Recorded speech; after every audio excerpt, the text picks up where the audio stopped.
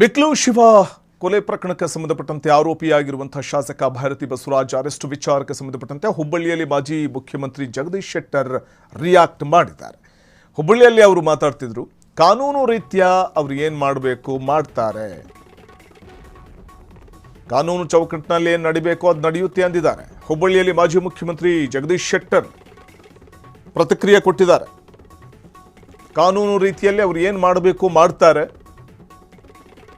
ಕಾನೂನು ಚೌಕಟ್ಟಿನಲ್ಲಿ ಏನು ನಡಿಬೇಕು ಅದು ನಡೆಯುತ್ತೆ ಅಂದಿದ್ದಾರೆ.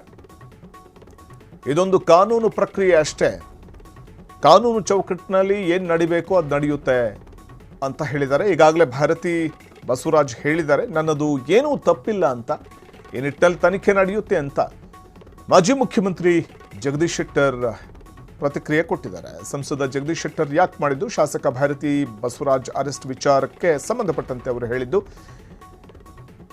ಹುಬ್ಬಳ್ಳಿಯಲ್ಲಿ ಅವರು ಮಾತಾಡ್ತಿದ್ರು, ಭಾರತಿ ಬಸವರಾಜ್ ಈಗಾಗಲೇ ಹೇಳಿದ್ದಾರೆ ನಂದೇನು ತಪ್ಪಿಲ್ಲ ಅಂತ, ಈ ನಿಟ್ಟಿನಲ್ಲಿ ತನಿಖೆ ನಡೀತಾ ಇದೆ, ಕಾನೂನು ರೀತ್ಯ ತನಿಖೆ ನಡೆಯುತ್ತೆ ಅಂದಿದ್ದಾರೆ.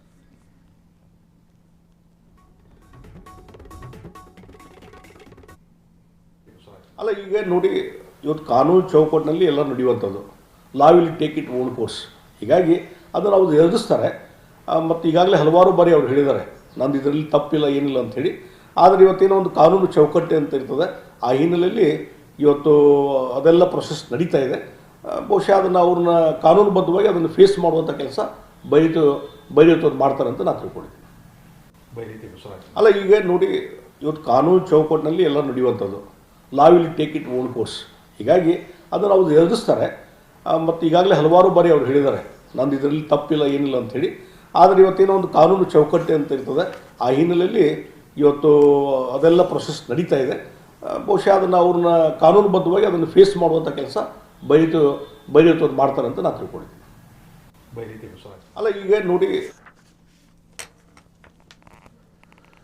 ಇದು ಶಾಸಕ ಭಾರತಿ ಬಸವರಾಜ್ ಬಂಧನ ವಿಚಾರಕ್ಕೆ ಸಂಬಂಧಪಟ್ಟಂತೆ ಮಾಜಿ ಮುಖ್ಯಮಂತ್ರಿ ಜಗದೀಶ್ ಶೆಟ್ಟರ್ ಅವರು ಪ್ರತಿಕ್ರಿಯೆ ಕೊಟ್ಟಂತಹ ಪರಿ.